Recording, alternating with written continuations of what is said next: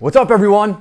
We're going to go through a quick 10 to 15 minute stretching circuit. I get questions all the time of what stretches should I do as a javelin thrower. So we're going to go through a nice little circuit that I've pulled together from my days as a javelin thrower. I've also pulled in some gymnastics, right? Jake Dalton has a great circuit out there. I've seen some things from Sean Johnson way back in the day, as well as some of the historic javelin stretching routines that I've seen from Finland and from Germany, maybe the Soviet Union way back in the day. So let's get started. The way that you would start this circuit, you go for a nice little jog, maybe 5 minutes jogging around your gym, skipping, doing some side strides, get your core temperature up so that we can start with the stretching. The first thing that we're going to do after you do that jog, we'll get the body ready.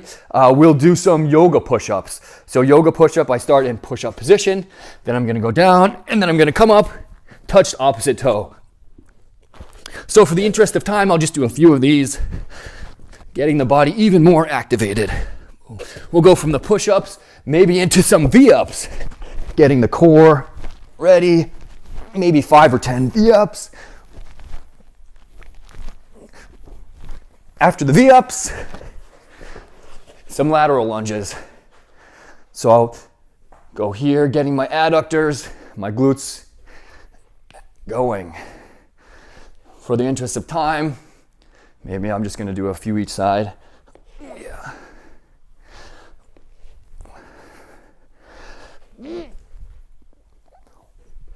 Yeah. All right, so now we'll start the stretching. We'll go from the top down with some neck rolls.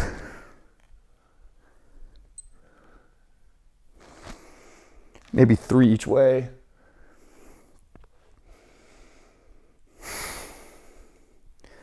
Then we're gonna go side to side. As a javelin thrower, if you're a righty, you might get some tightness in one side of your neck or another. I would get tight in the back here, tight in the front there. You're always looking out of one eye. Then we'll go back and forward, tuck your chin, stretch here. Okay, we'll go from the neck rolls to some arm swings. Maybe 5 or so backwards.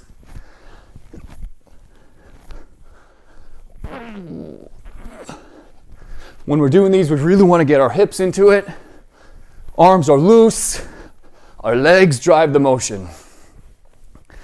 Then we'll go one arm, forwards, backwards.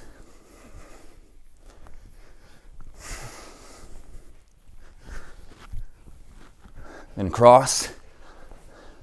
So I'll go above the midline. When I'm crossing, my thumb is down, stretching the back of the shoulder. Then I'm gonna do one arm again. Boom, really feel my body slinging this nice loose arm around, backwards. And I feel it in my pec. Always going both sides. So this stretching circuit has some javelin specific components, but it's really trying to make you very well rounded. You can save the specific things for javelin practice. Now I'm trying to turn myself into a very balanced, flexible athlete. We'll do some rotations.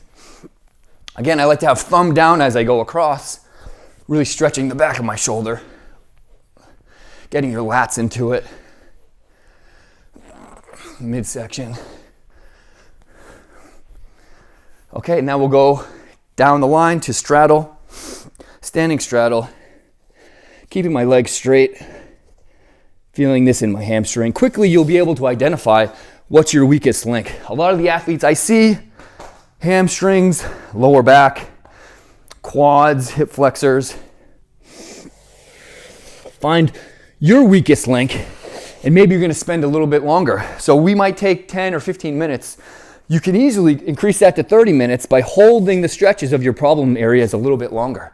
So instead of 5-10 seconds, maybe you're holding it 30 seconds to a minute, maybe 2 minutes if you really need to make improvements. Okay, the next thing we're gonna do, lateral lunges. So here, hands on the ground. It's okay if your heel comes up. Feel it in the adductor, in your quad. We'll go from side to side. Really just getting everything nice and loose. Then maybe we'll try to take our hands off the ground, see if we can do it with no hands. All right, lateral lunges. Next thing, we're gonna go to our sumo. Feet wide, pushing out with our elbows. Feel it in the adductors. From sumo, we're gonna go down to the ground. Tree stretch. All right, so my hamstrings are pretty flexible. I feel it more in this hip, but you're gonna spend some time here. The goal would be, can I get my head to this knee? And then over here, can I bring my head down here? So really, this stretch is gonna help you loosen this glute. Ooh, yeah, we'll go both sides.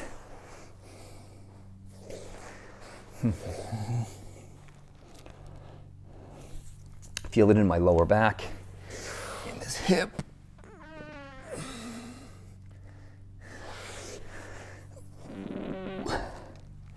All right, so it's important during this circuit that you get up from time to time, jump in place, maybe throw some A-skips, just so that you stay connected, right? You're gonna really feel kind of stretched out and maybe a little bit weak in your lower back or on your legs if you spend a lot of time in one position. So try to feel limber and athletic the whole time during this. We'll go to a knee.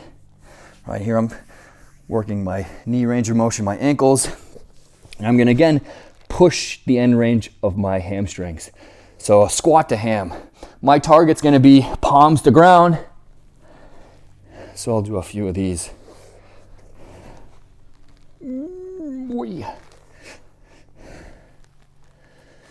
All right, back to the ground. Get a little butterfly stretch. I always like to make the stretch multifaceted. So here, crossing my arms over, I get a little bit of back of the shoulder stretch. Bringing it in. Maybe I'll throw some rolls in here. Just to try to feel nice and supple in that back. Okay. After our butterfly stretch, we're gonna go to the seated straddle with a pigeon. So I like this stretch here. So we're gonna start with a pigeon on this side. Pigeon. Shin is parallel, flex my back glute. I feel this in my hips. Oh yeah, then I'm gonna rotate into a straddle, head to knee. I can bring this upper arm over so I feel in that lat. Come to the middle. Target's trying to get your head to the ground. Ooh, not quite yet. Come to the other side, and then a pigeon. Ooh. Do this a few times each side. Back to the straddle. Always breathing in. Work that breath. Now we'll see if the range of motion improved. All right. We're here. One last pigeon. Okay, we got the straddle stretch. We are gonna go to our pec stretch. Be careful with this one. We're gonna go a single arm each way. So I'm gonna sneak my arm back, protect the elbow, not too much stress there. Protect the shoulder, don't put too much stress. But really, once you feel comfortable with the joint, you're gonna really lay into that stretch of the pec muscle. We'll go both sides. Depending on how flexible your chest is, this may be a problem area for some. You can spend more time here. We'll do each arm a couple times. Then we'll go two. So I want to have both hands back here as close together as I can get them. Walk those fingers back. Breathe into it. Okay. Now we're going to go to an upper back stretch with a rollover. Here, going back to center, come back up, go to side. Ooh. Do this a few times. Ooh. Then I'm gonna come up, and I'm gonna go leg crosses, 5 each way. Trying to feel loose with the hips, stable with the core. Then I'll do some bicycles. Yeah, getting that upper back, that spinal flexion going. We spend a lot of time in spinal extension with all of the throwing. We got to keep our whip. We got to keep this torque converter, thoracic spine balanced. All right, roll over. Okay. Next, we're going to prepare for some splits. I like to focus on the quad first. So if you can, 2 hands, work the balance, dorsiflex the back leg. If you keep your hips neutral without tilting them forward, you're really going to get the hip flexor, the quad, maybe even some psoas if you're very disciplined. So this is the more disciplined style, and then we can just go global stretch. Here I'm trying to get as much range of motion as I can, and then we'll go to the hamstring. Global, and then that hamstring. So again, this is kind of a local stretch. Be disciplined with the hips, dorsiflex, flex that glute. We're going to target hip, psoas, keeping that spine neutral. And then we're just going to go for that global extension into the hamstring. So I haven't spent a lot of time working splits. It's not something that I really did particularly a large volume of as a thrower. I would be careful working splits in too close a proximity to a throwing session, but having flexible hamstrings, flexible quads and adductors is always going to help keep you more healthy. So we'll go front split.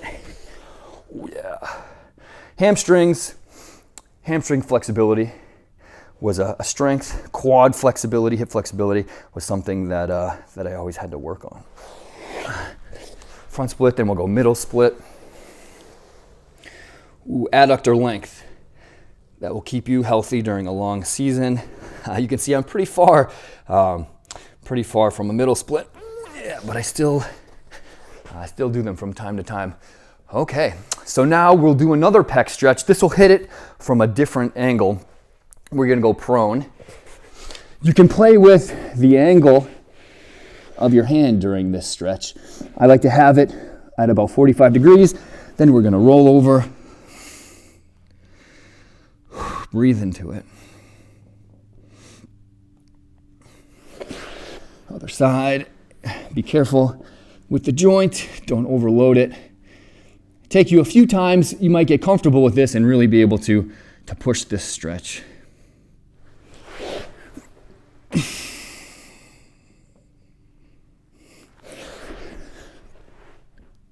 We're going to stay on our stomach here, and then we're going to go to a rollover T-spine stretch. So we're here, coming over. You've probably seen this stretch a lot. Here to here. So you can start with your shoulders on the ground and try to sink this knee down, or you can start with the knee here and try to sink the shoulder. Top level javelin thrower should be able to have your knee and your shoulder on the ground at the same time. Try to find imbalances. You might be more flexible on one side than the other. Breathe into it. Okay, after our rolling T-spine, we're gonna go with seal stretch. Now we're gonna be stretching our abs, our midsection, try to keep our lower back relaxed. And then we're gonna go from side to side, feeling our obliques and the IT band. So we'll start here. Sink our hips to the ground. Then we'll go here, keep our legs straight, feel it in our obliques. Back to the middle.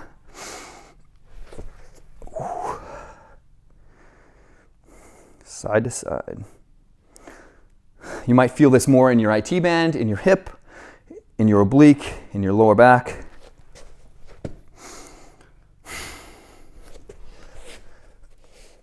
All right. We'll then do a bit on our wrists. So here, you're gonna stretch those forearm flexors, very valuable for a javelin thrower to protect that elbow. Also, when you're doing gymnastics moves or maybe falling on your face, when you throw, the more flexible and dynamic your wrists are, the less prone you'll be to injury. So we'll stretch the flexors, the extensors, we'll get some circles going. Really just get those joints lubed up. Then we'll go to the ankles. Javelin throwers get a lot of ankle problems. The more flexibility you have in the ankle, the less prone you'll be to injury.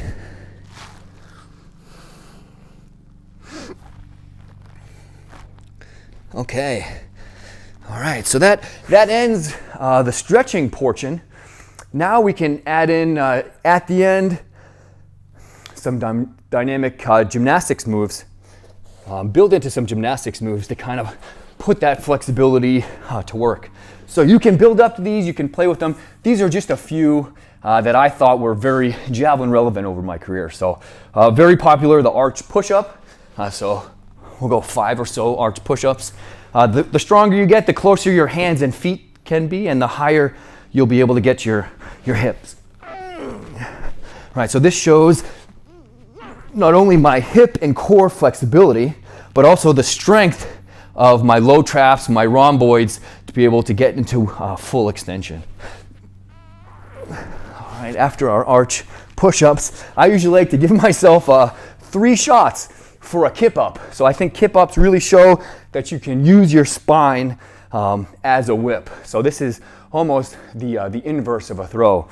So without spending too much time during these sessions, I give myself a challenge. You get 3 shots to kip up to your feet, and then you're done. So let's see if I can get it today. Oh, all right, I did it on the first one. Not too bad. Okay. So then you can go into some type of handstand work. So if you're not comfortable with handstands, we can do something like shoulder taps, where we stay in a push-up position, try to keep those hips stable, maybe 10 or so each side. You can just work a handstand, trying to stay in place, or handstand shoulder taps. So we can be here, trying to tap those shoulders. Or maybe you can do some hand walking. Another thing that you could do to incorporate that flexibility into some more general strength moves, we can do an arch down and try to come back up. So I see a lot of this in social media now as well. I used to love to do them. So we can start with trying to get ourselves down slowly. So we're gonna go into a back arch. So knees over toes, here. Oh. So very ugly. You can do better than that. But just a few moves to end the session with. Okay, hope you liked it. Be safe and good luck.